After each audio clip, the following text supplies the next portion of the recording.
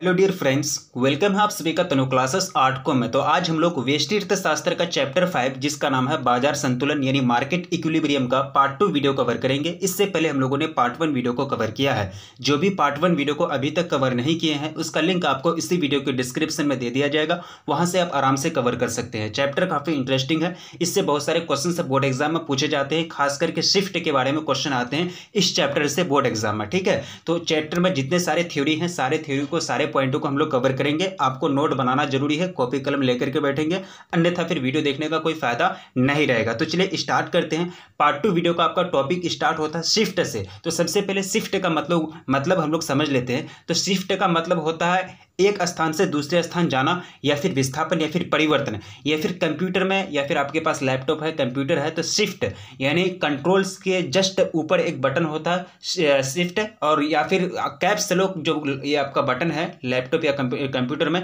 Caps lock के just नीचे एक होता है बटन जिसका नाम क्या होता है शिफ्ट। यानी टाइपर कुंजी भी होती है कंप्यूटर में, कंप्यूटर टाइपर में एक कुंजी का नाम भी होता है शिफ्ट।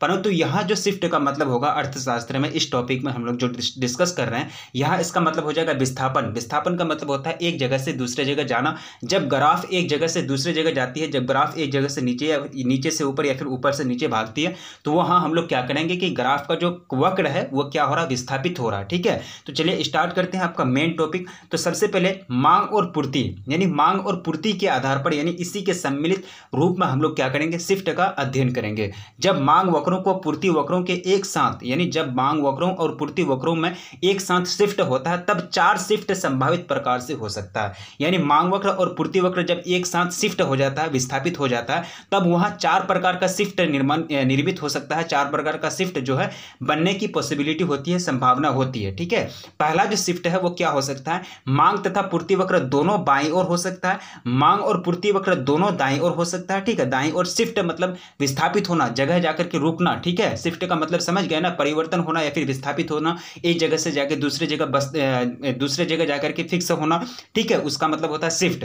तो क्या हो सकता है, दूसरा पॉसिबिलिटी, दूसरा संभावना क्या हो सकती है, मांग और पूर्ति दोनों वक्र जो होता है वो दाईं ओर जाकर के शिफ्ट हो सकता है। ठीक है, या फिर तीसरा पॉसिबिलिटी ये बन सकती है कि पूर्ति वक्र बाईं ओर चला जाएगा और मांग वक्र जो है वो दाईं ओर चला जाएगा। या फिर चौथा पॉसिबिलिटी ये हो सकती है कि पूर्ति वक्र दाईं ओर चला जाएगा और मांग वक्र बाईं ओर चला जाएगा। तो इस प्रकार मांग और पूर्ति के सम्मिलित रूप से जो शिफ्ट का निर्माण होगा, तो वहां टोटल 4 शिफ्ट बनने की संभावना बनती है, टोटल 4 शिफ्ट बनने की पॉसिबिलिटी होती है। ठीक है, तो चारों शिफ्ट आपको बता दिया गया।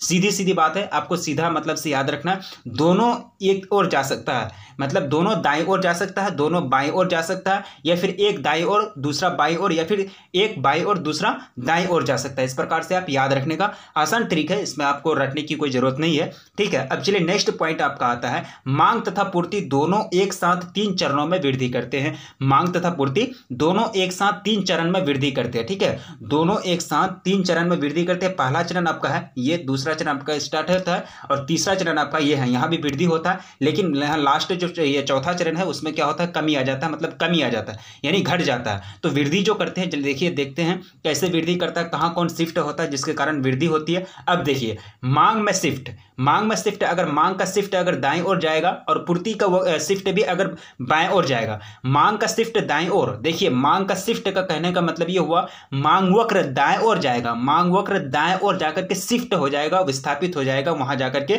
रुक जाएगा, और पूर्ति वक्र कहां जाके बाएं ओर जाके शिफ्ट हो जाएगा।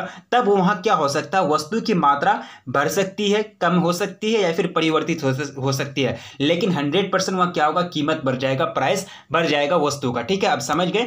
जब यहां आपको समझना है, मांग वक्र जब दाईं ओर हो और पूर्ति वक्र बाईं ओर हो, तो वस्तु की मात्रा वृद्धि हो सकती है, कम हो सकती है, फिर परिवर्तित हो सकती है, लेकिन कीमत 100% क्या हो जाएगा, वहां वृद्धि हो जाएगा, बढ़ जाएगा। ठीक है, अब नेक्स्ट आपका टॉपिक है, दूसरा पॉसिबिलिटी ये बनती है कि मांग शिफ्ट अगर दाईं ओर हो, मांग शिफ्ट यानी मांग का वक्र अगर दाईं ओर हो और पूर्ति का वक्र अगर दाएं ओर हो, दोनों मतलब दाएं ओर, एक ही दिशा में, एक ही डायरेक्शन में अगर दोनों का वक्र है, दोनों का स्लोप अगर एक ही दिशा में है, तो वहां मात्रा में क्या हो सकती है, 100% वृद्धि होगा, वहां क्या होगा, मात्रा में 100% वृद्धि हो जाएगा, लेकिन कीमत में क्या हो सकती है, कीमत बढ़ भी सकती है, कम हो सकती है, फिर अपरिवर्तित भी हो सकती है। ठीक है, ये आप याद रखेंगे। तीसरा पॉसिबिलिटी है बाएं ओर। अब देखिए बाएं ओर क्या हो सकता है, यानी मांग वक्र बाएं ओर जा सकता है और पूर्ति वक्र दाएं ओर जा सकता है। मांग वक्र बाएं ओर भागेगा और पूर्ति वक्र जो होगा, इसका जो स्लोप होगा, ये दाएं ओर भागेगा। तो उस स्थिति में वस्तु की मात्रा क्या होगी, बढ़ेगी या फिर कम हो जाएगी, फिर अपरिवर्तित रहेगी,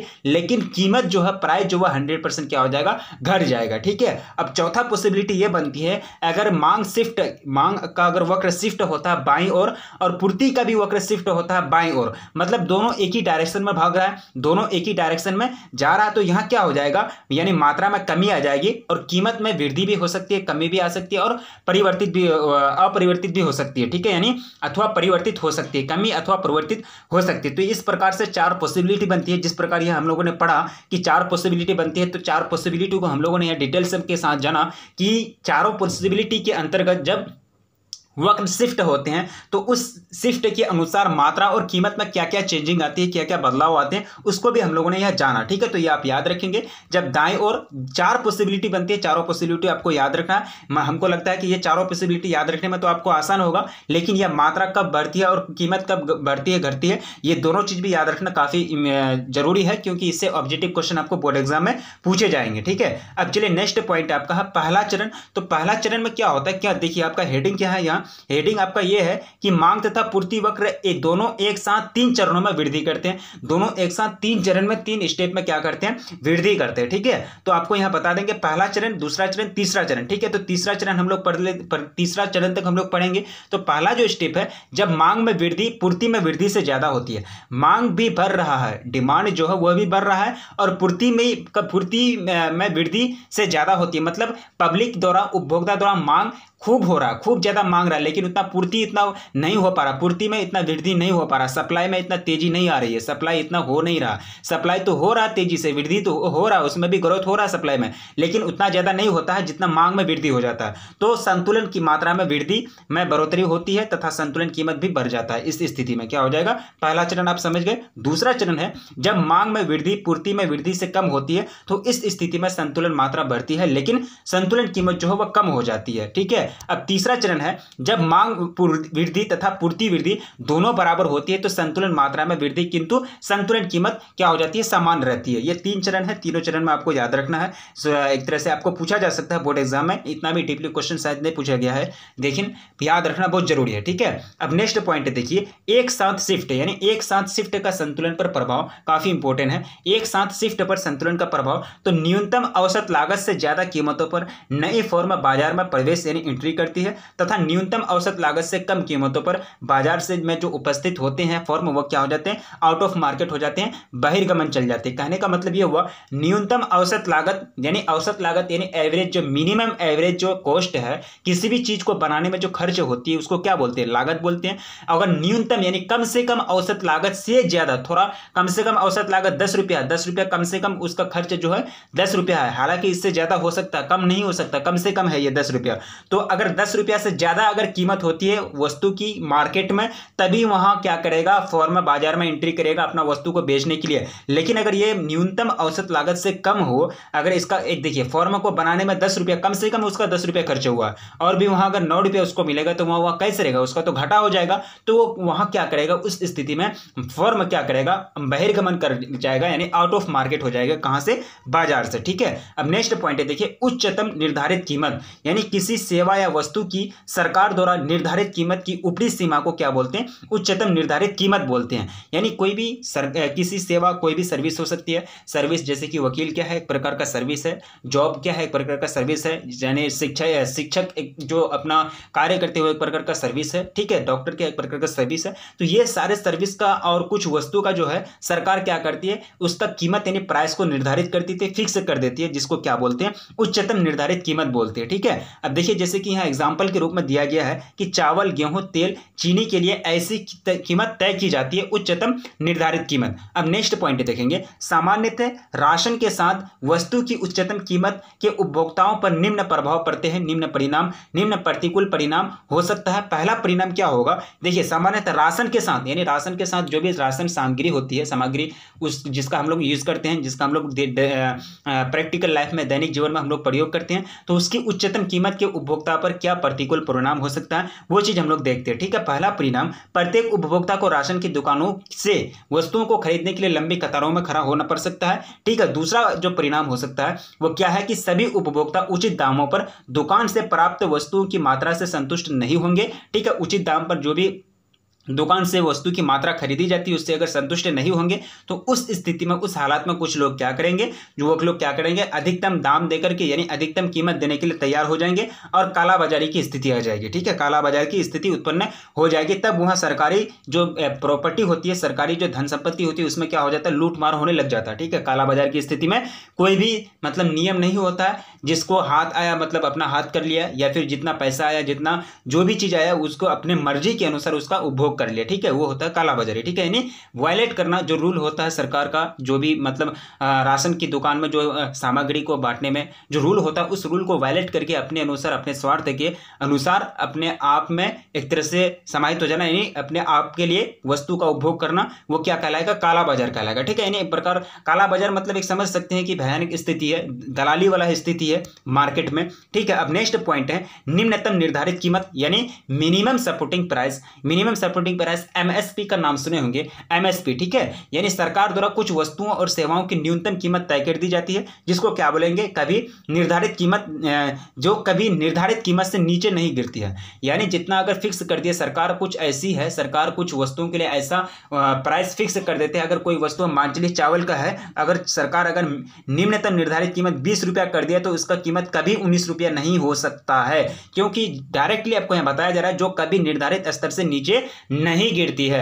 और ये तो है ही निम्नतम निर्धारित कीमत। निम्नतम का मतलब क्या होता है, सबसे नीचे अगर 20 रुपया अगर फिक्स करता है, उससे भी अगर नीचे कर देंगे तो फिर जो बेचने वाला रहेगा उसका जान कैसे रहेगा, वो फिर खाएगा पिएगा, उनको क्या फायदा होगा। तो इससे आप नीचे नहीं कर सकता, मतलब कम से कम प्राइस ये भी जो होता है सरकार फिक्स करती है। जैसे कि कीमत कार्यक्रम, कृषि समर्थन मूल्य, उसके कृषि समर्थन मूल्य, न्यूनतम मजदूरी विधान, ये सब जो होता है सरकार तरह तरह के ये लाते हैं, एक्ट लाते हैं, तरह तरह के कानून लाते हैं, जिसके अंतर्गत मजदूरी हो गया, उसके बाद कृषि समर्थन से जितने भी पदार्थ होते हैं, कृषि पदार्थ, वो सब का क्या किया जाता है, निम्नतम निर्धारित कीमत किया जाता है, मतलब लॉ प्राइस फिक्स कर दी जाती है। अब नेक्स्ट पॉइंट है कृषि समर्थन कीमत कार्यक्रम। तो इसके द्वारा सरकार कुछ कृषि पदार्थ जैसे चावल हो गया, गेहूं हो गया, ये सब का क्रय कीमत की न्यूनतम सीमा तय करती है, जो सामान्यतः इन वस्तुओं की बाजार कीमत से अधिक होती है। ठीक है, यानी कहने का मतलब ये हुआ कि कृषि समर्थन कीमत कार्यक्रम में क्या होता है, सरकार कुछ ऐसे नियम लाते हैं जिसके अंतर्गत कृषि पदार्थों का एक निम्नतम फिक्स यानी प्राइस कर देता है, और उस प्राइस के अनुसार वो चीज बेची जाती है, और वो प्राइस जो होता है जनरली बाजार कीमत से अधिक होता है। ठीक है, यानी बाजार कीमत से अधिक होता है कृषि समर्थन कीमत कार्यक्रम। ठीक है, अब नेक्स्ट पॉइंट है देखिए न्यूनतम मजदूरी विधान। इसके द्वारा सरकार मजदूरों की एक विशेष दर को एक विशेष स्तर से नीचा ना हो उसको तय करती है। ठीक है, न्यूनतम मजदूरी विधान, सरकार ये भी कानून लाई है, सरकार ये भी एक्ट लाई है कि कोई भी मजदूर को, कोई भी श्रमिक को आप कम से कम कितना रुपया देंगे वो चीज फिक्स कर दिया है। मान चलिए सरकार अगर फिक्स कर दिया कि कम से कम एक मजदूर को 100 रुपया पर डे आपको देना पड़ेगा, तो आप 99 रुपया नहीं दे सकते हैं। क्यों? क्योंकि आपका न्यूनतम मजदूरी विधान जो है वह 100 रुपया पास किया गया है, यह सरकार का गारंटी है, यह सरकार का एक्ट है। इसको अगर वायलेट करेंगे और वायलेट करके अगर मजदूरी को, अगर मजदूर को, श्रमिक को अगर 99 रुपया देते हैं तो वो एक तरह से आप क्या कहलाएंगे, वायलेट हो जाएगा, आप क्या करेंगे, नियम का उल्लंघन करेंगे। ठीक है, तो न्यूनतम मजदूरी विधान क्या होता है, मजदूरों के लिए एक विशेष दर होती है, जो मतलब विशेष दर होती है जो उस विशेष स्तर से नीचे ना जा सकती है, नहीं जा सकती है, उसको तय करती है। ठीक है, जो साधारणतः अथवा संतुलन मजदूरी दर से अधिक होता है, संतुलन यानी जनरली जो मजदूरी दर होता है वो थोड़ा सा अधिक होता है, हाई होता है। ठीक है, अब नेक्स्ट पॉइंट है प्रत्येक फॉर्म श्रम का उपयोग यानी श्रम का मतलब क्या होता है, यानी लेबर। ठीक है, उसका उपयोग उस सीमा तक करती है जहां श्रम का सीमांत संप्राप्ति उत्पाद मजदूरी के दर के समान है, मजदूरी के दर के समान हो। ठीक है, यानी उस स्थिति तक वो क्या करेगा, उपयोग करेगा, किसका उपयोग करेगा, प्रत्येक श्रम का उपयोग करेगा। ठीक है, तो आपका चैप्टर 5 जिसका नाम है बाजार संतुलन यानी मार्केट इक्विलिब्रियम, पूरा थ्योरी आपका एंड हो गया। जितना भी थ्योरी था, जितना भी पॉइंट दिया गया था चैप्टर के अंतर्गत, सारा पॉइंटों को, सारे थ्योरी को हम लोग ने कवर किया, कोई भी पॉइंट, कोई भी हम लोगों का थ्योरी नहीं छूटा। ठीक है, तो अभी तक जो वीडियो को लाइक नहीं किए तो प्लीज चैनल को सब्सक्राइब करें, वीडियो को लाइक करें और अपने दोस्तों में प्लीज एक बार जम करके शेयर कर दें, क्योंकि कंटेंट तैयार करने में काफी ज्यादा मेहनत लगती है, एक वीडियो बनाने में काफी ज्यादा मेहनत लगती है। ठीक है, आप ही लोगों के लिए किया जा रहा है, तो प्लीज आप लोग चैनल को सब्सक्राइब करेंगे, अपने दोस्तों में एक बार जम करके शेयर कर देंगे और वीडियो को जो अभी तक लाइक नहीं किया तो प्लीज़ वीडियो को लाइक कर देंगे, ठीक है। तो 1 सेकेंड 1 मिनट के अंतर्गत हम लोग देख लेते हैं कि पूरा चैप्टर के अंतर्गत हम लोगों ने क्या पढ़ा, ठीक है। 1 मिनट के अंतर्गत आपको रुकना जरूरी है, क्योंकि जब तक आप रिवाइज नहीं करेंगे तो फिर आपका माइंड से उतरते जाएगा कॉन्सेप्ट, ठीक है। तो हम लोगों ने पढ़ा था न्यूनतम मजदूरी विधान क्या है, कृषि समर्थन कीमत कार्यक्रम क्या है, निम्नतम निर्धारित कीमत किसको बोलते हैं, सामान्यतः राशन के साथ वस्तु की अगर उच्चतम कीमत उपभोक्ता पर पड़ता है तो उसका प्रतिकूल परिणाम हो सकता है। 3 परिणाम हो सकते हैं जो आपको पढ़ाया गया यहाँ, जो आपको बताया गया, ठीक है। उच्चतम निर्धारित कीमत क्या होता है, शिफ्ट का संतुलन क्या होता है, यानी पहला चरण, दूसरा चरण और तीसरा चरण के अंतर्गत हम लोगों ने पढ़ा कि मांग में वृद्धि और पूर्ति में वृद्धि से क्या संतुलन आती है, कैसा सिचुएशन उत्पन्न होता है मार्केट में, बाजार में, ठीक है। शिफ्ट है यानी टोटल शिफ्ट है, यानी मांग में शिफ्ट और पूर्ति में शिफ्ट की जो सम्मिलित रूप है, ये दोनों का पॉसिबिलिटी बनता है। 4 शिफ्ट बनने की मतलब संभावना होती है। जो शिफ्ट को हम लोगों ने अच्छी तरह से समझा पूरा चार्ट के द्वारा, ठीक है। शिफ्ट का तो मतलब आपको समझाया गया। मांग दूसरा प्रभाव क्या हो सकता है, पहला प्रभाव क्या हो सकता है, जब मजदूरी दर में वृद्धि की हो सकती है, जब मजदूरी दर में वृद्धि होती है तो पहला प्रभाव और दूसरा प्रभाव को हम लोगों ने पढ़ा। उसके अंतर्गत क्या क्या चीज आती है वो सारा चीज को हम लोगों ने डिफाइन किया, ठीक है। श्रम का सीमांत संप्राप्ति उत्पाद क्या है, पूर्ण प्रतियोगिता बाजार किसको बोलते हैं। बाजार टोटल मुख्यतः यानी 4 प्रकार के होते हैं, अल्पाधिकार अल्पाधिकार बाजार, पूर्ण प्रतियोगिता बाजार, उसके बाद एकाधिकार बाजार, उसके बाद एकाधिकार प्रतियोगिता बाजार, ठीक है, जिसका आपको व्याख्या किया जाएगा नेक्स्ट चैप्टर में, लास्ट चैप्टर में, ठीक है। उससे पहले हम लोगों ने पढ़ा था कि संतुलन के बारे में एडम स्मिथ, जो अर्थशास्त्र के जनक के रूप में जाने जाते हैं, एडम स्मिथ, जो ग्लासगो यूनिवर्सिटी के प्रोफेसर थे और ये काफी फेमस है एडम स्मिथ, और इनको अर्थशास्त्र का जनक यानी पिता कहा जाता है। इनके अनुसार संतुलन के बारे में इन्होंने क्या क्या कॉन्सेप्ट दी वो सारे चीज को हम लोगों ने पढ़ा। बाजार मांग क्या होता है, बाजार पूर्ति क्या होता है, अधिपूर्ति किसको बोलते हैं, अधिमांग किसको बोलते हैं, संतुलन कीमत क्या होता है, अधिमांग किसको बोलते हैं, अधिपूर्ति क्या है, बाजार संतुलन क्या है, इसको हम लोगों ने इस चैप्टर में अच्छी तरह से पढ़ा था, ठीक है। यानी संतुलन, बाजार संतुलन यानी मार्केट इक्विलिब्रियम, चैप्टर 5 है, ठीक है। चैप्टर क्या है, 5 है। यहाँ चैप्टर 1 मिस्टेक से लिखा गया है, या चैप्टर 5 होगा, ठीक है। तो चैप्टर 5 को हम लोगों ने पूरा चैप्टर का जो थ्योरी है वो हम लोगों ने कवर कर लिया।